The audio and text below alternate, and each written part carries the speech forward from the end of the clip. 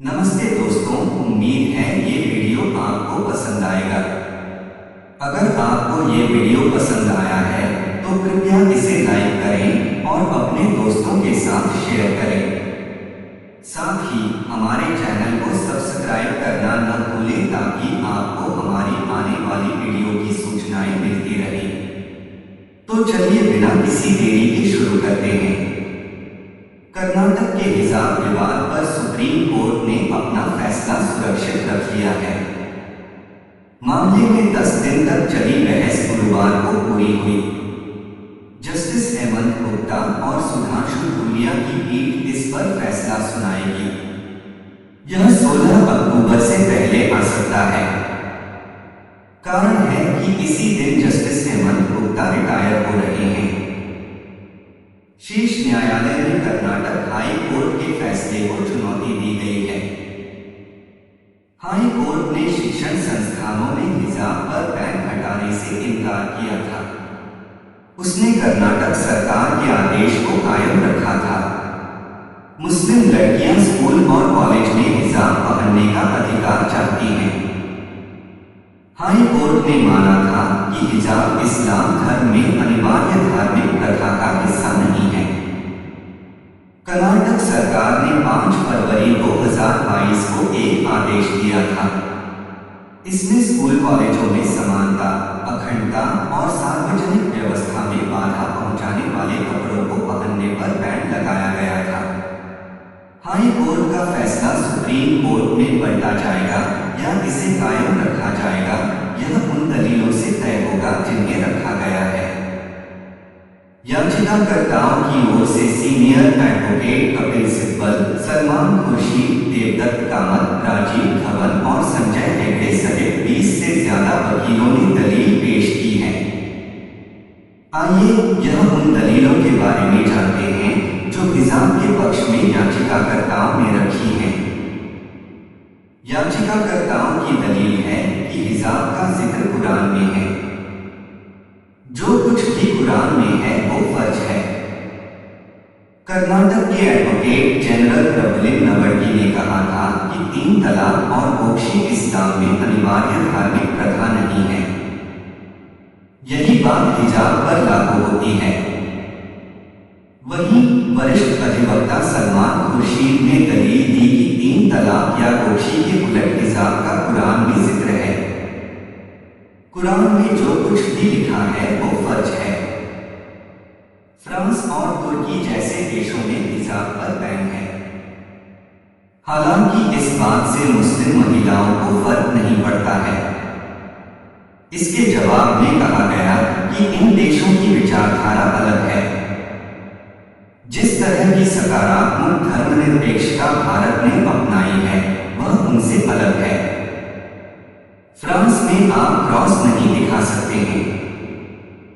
सामान्य तौर पर वहां किसी भी धार्मिक चीज का सार्वजनिक प्रदर्शन नहीं किया जा सकता है। मेक्सिको के राष्ट्रपति सार्वजनिक रूप से चर्च नहीं जा सकते थे। उनका मानना है कि राज्य और धर्म के बीच अलगाव होना चाहिए। यह हर समाज में अलग हो सकता है।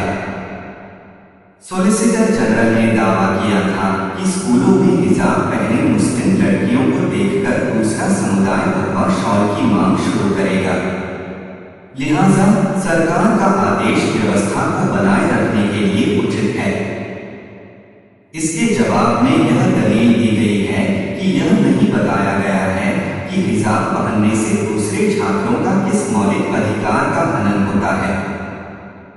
यह भी पता नहीं चलता है कि लड़की के हिजाब पहनने से दूसरों को कैसे उकसावा मिलेगा। अगर लड़कियां यूनिफॉर्म के रंग का हिजाब अपने सिर पर रखती हैं तो इससे किसी भी दूसरे छात्र का कोई अधिकार प्रभावित नहीं होता है। लिहाजा रोक लगाने का आदेश गलत है। सॉलिसिटर जनरल ने दलील दी थी कि 2021 तक कोई गर्ल स्टूडेंट किसी तरह का हिजाब नहीं पहनती थी। इस तरह की शुरुआत popular front of India (PFI) के उकसावे पर हुई है। छात्रों को इस साजिश का हिस्सा बनाया गया। इसके जवाब में कहा गया कि कि इस तरह के आरोपों का कोई आधार नहीं है। कोर्ट को बताया गया कि कर्नाटक सरकार के आदेश में भी पीएफआई की गतिविधि का कोई जिक्र नहीं मिलता है। याचिकाकर्ताओं की ओर से कहा गया कि रिकॉर्ड में इस तरह का कोई डॉक्यूमेंट नहीं लाया गया है। याचिकाकर्ताओं ने दलील दी कि शिक्षा विभाग ने अकादमिक वर्ष 2021 से 2022 से लागू सत्र के लिए स्पष्ट दिशा निर्देश दिए हैं। इनके मुताबिक यूनिफॉर्म कंपलसरी नहीं है।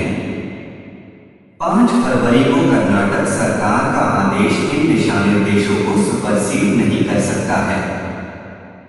याचिकाकर्ताओं की दलील है कि यह मामला सिर्फ इस्लाम की जरूरी प्रथाओं तक सीमित नहीं है। अलबत्ता इसका दायरा व्यापक है।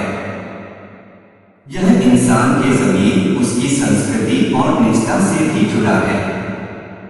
संविधान के आर्टिकल 51A का हवाला देते हुए दलील दी गई कि यह मिलीजुली संस्कृति, मानवता और विविधता की रक्षा करता है।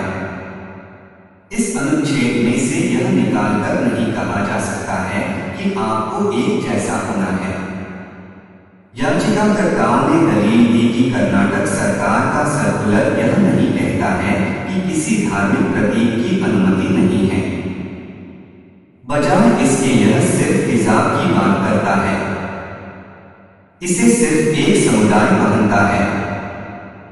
हिजाब के पक्ष में कोर्ट में दलील दी गई कि ऐसा कुछ भी नहीं बताया गया है जिससे पता चले कि इसे पहनने से शिक्षा या अनुशासन में बाधा पैदा होती है। लड़कियों को हिजाब पहनने से रोकने से उनकी शिक्षा खतरे में पड़ जाएगी, क्योंकि वे कक्षाओं में भाग लेना बंद कर सकती हैं। इसमें प्रधानमंत्री नरेंद्र मोदी के बेटी बचाओ बेटी पढ़ाओ के चर्चित नारे का भी उल्लेख किया गया। याचिकाकर्ताओं ने दलील दी कि हाई कोर्ट ने उन पर अपने अधिकारों को दिखाने की जिम्मेदारी डाल दी।